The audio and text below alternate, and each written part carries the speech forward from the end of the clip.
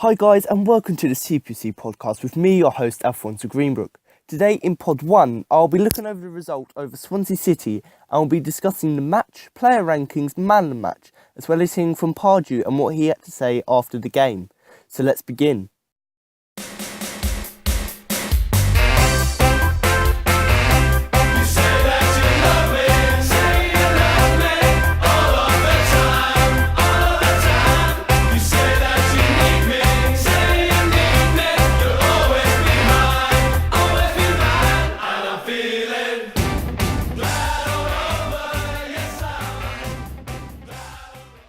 So, it was an open start to the action at Liberty Stadium with both Palace and the host Swansea City looking keen to play the ball about and get at the other side.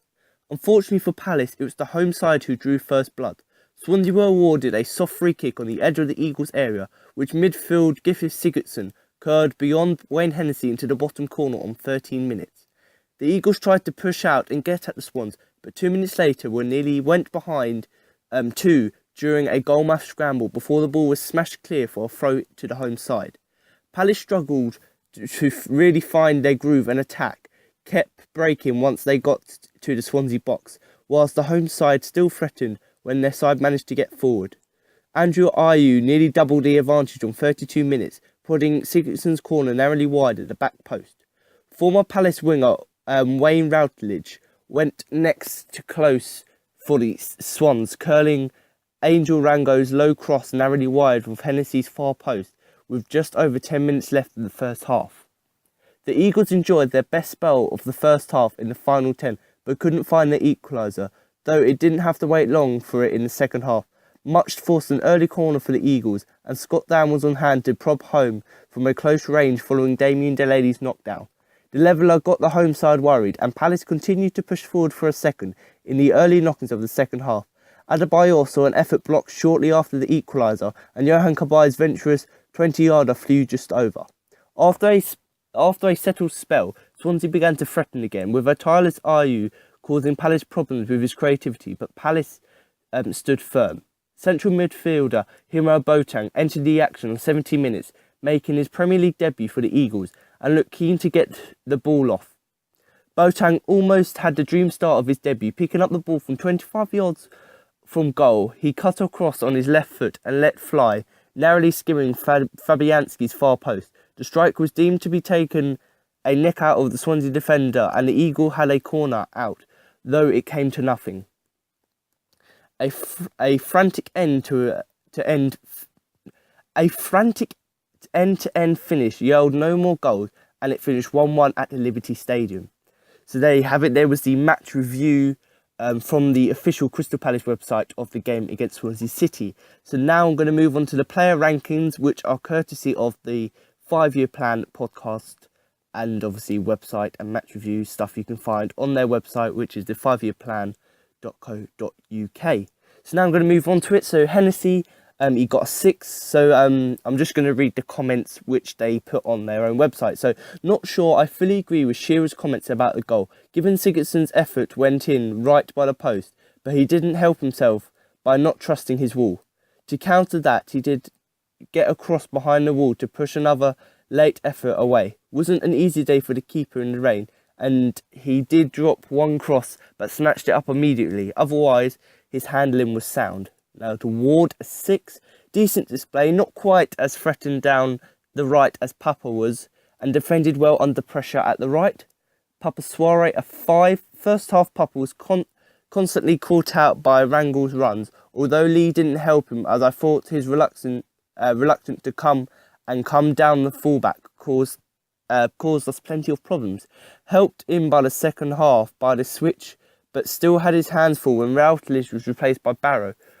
On the credit side, his run and good cross led to a corner and equaliser. Sported new haircut, perhaps annoyed at Wilf's copying his old Barnet. Scott Dann, an 8. Whilst quite affected by the panic that seemed to set it into our defence in the first half and kept a cool head. At least he is scoring even if out our strikers can't. Damien Delaney, a 7. Some important blocks and interceptions, though he was one whose clearance were inadequate during the first half. Great flick on to set up Dan's goal. Jedinak, a 6, made possibly the worst Palace pass ever when a 10-yard layoff to Kabay missed the Frenchman by about 20 yards. Seriously, he didn't make some errors, such as conceding another dangerous free kick on the edge of our box, but also made challenges and interceptions that were important and did lead to a couple of breaks. Yohan Kabay, a 6. Midfield did look better with Yohan back, especially at the start when he helped create some good openings. Had an effort just off target, but went down injured after the break early in the second half. Zaha, who was my man of the match in my opinion, a 7. Again, always looked Palace's best attacking option and continues his improved recent form, although he didn't always make the most of his skill with the right decisions. His great run at the end, an example. When he arrived, he took the wrong option and lost possession, still kept Swansea's defence occupied the entire game. Lee Chung-yong, who I did think played quite well, but I think this is a slightly unfair rating, a 4, started well when Palace were on the front foot. One shot over, but then lost the plot defensively, leaving Suarez exposed to the rampling Rangel that seemed to rattle him and leave his attacking game also well south. Much, a 6. Very much a Marmite player. He played well in the whole, but often looked to lack the diligence to do the hard defensive work. I was surprised when Pardew switched him to the right wing, but he did a decent job there. Rangel was never the factor he had been before the interval, and Jordan made some good attacking incurrences. A run and a header led to the corner, which we scored, and one excellent late run was wasted by the two evils of wrong option and poor finishing. Adebayor, who I did think he played quite well, slightly unfair rating, but we'll have to go with it, because obviously that was written on the website. So Adebayor was coping a lot on the stick on the train home, which surprised me, as I thought he had a fair game holding up the ball. I was one unhappy at his arrival. I was over Kevin Phillips' arrival too, and we know how that turned out. So it was pleasantly surprising to say that. Although he doesn't have Campbell's work rate, he did work hard in a legient way. Rustiness showed with a couple of poor finishes, and the less said about his wild swing of the leg to concede the free kick, the better. And actually, I did think he played quite well, and obviously he did explain there that it's sort of mixed opinions about him. But considering he's come in, a bit rusty, but at least he's taking the chances, which Campbell doesn't do. Campbell runs a lot, but Campbell doesn't kick. He doesn't shoot on goal. He's very not as good as Adebayor, obviously, and we've seen that in just one game. Now, Shamak obviously came on as a sub, wasn't impressive individually when arriving for the second half, but the team looked a lot better. He also held up the ball and brought others into the game, and obviously Shamak weren't playing that good at the beginning of the season, but as the season's progressed, he's getting better and better, and I think obviously Pardew's now seen that he's a pretty good player, and obviously putting him on the bench and putting his trust in him. Now, Boateng, who I thought was actually the best sub and possibly one of the better defensive players on the field, obviously came on for Kabay, looked a little lost at times, losing possession straight up and unsure of when to close down in midfield, but oh no, nearly scored on a league debut with a shot just wide, given as a corner. And obviously, yes, he lost possession, but considering he's a youth player coming into the squad, I actually think he had a really, really good game. And now Campbell, there's no rating for Campbell. Obviously, he only came on for the last sort of 10 minutes, and obviously came on for Adebayor. And it brought up quite a frenzy up front, a little chance to do something, but he couldn't really do it, and he did chase the ball quite a lot. So there you have it. They are the player rankings and the match review. And obviously, I would say I'd do my man of the match, and I've done that. And Zaha, once again, our best attacking option. And hopefully, when Balassi comes back, there'll be a little bit less pressure on Zaha to perform. And hopefully, they can link up again, and we can hopefully score some more goals. So there you go, have it. There's my part of the review. Now we're going to listen to what Pardew had to say about the game. Alan, I imagine a valuable point for you, very important to just end that recent run of results that you'd had. Well, you could see in us, and I sensed it at Bournemouth, a bit of anguish, a bit of apprehension because we hadn't had a result. So the point today is so important for us. To the the event of the game, to take them take the lead at home, and the form that they're in makes it even sweeter. The team seemed to play with more belief in the second half. Fair comment, do you think?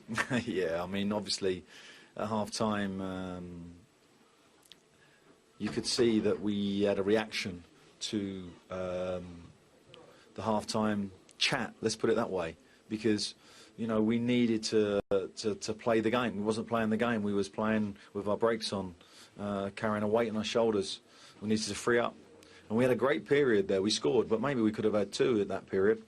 But, you know, I'm not going to go away from what has been a brilliant point for us. Swansea played their part, they were terrific, and they've been in good form. So, as I say, makes it sweeter that they took the lead and we come back. And Scott Dan popping up with a goal again. I mean, how useful is he for those set plays? Well, all day, you know, set plays. We're a very, very big side now.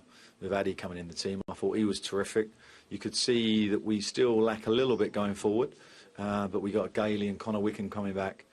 And with this point, arming our confidence, I think we can kick on for the second half. You got quite a bit out of Adebayor today, didn't you? I mean, it's the first time he started all season, and he lasted for most of the game. I thought he had some lovely moments today, and he was competitive, and he's with the group. You can see that. I couldn't ask more for him in the period that he's been in. I probably played him for too long today, but I thought it was important that he got as many minutes as he could. How's Johan Kabay? Hopefully not another problem with him. No, he was fine. He was actually just cramping up because of his sore foot. He hadn't worked really for the last sort of 7 or 8 days properly. But he was terrific when he was on the pitch. And we looked like we got some of our old self back today. And we're going to need it because Watford next week's a tricky game. And then, of course, we got the Cup. So, but with a point, our fans are happy. We're off 31 points. It was beginning to really become a problem for us. And it feels like a win for us. So there, now you've heard what Pardew's had to say. That's concluded my match review of Crystal Palace versus Swansea, or you could say Swansea versus Palace if you want to be pedantic like that. But make sure to come back next week for my review and my pre-match review and my post-match review of Crystal Palace versus Watford, which is going to be quite an interesting game with the likes of Dwight Gale and Kai back up to full fitness. So thanks for watching, and remember to up the Palace.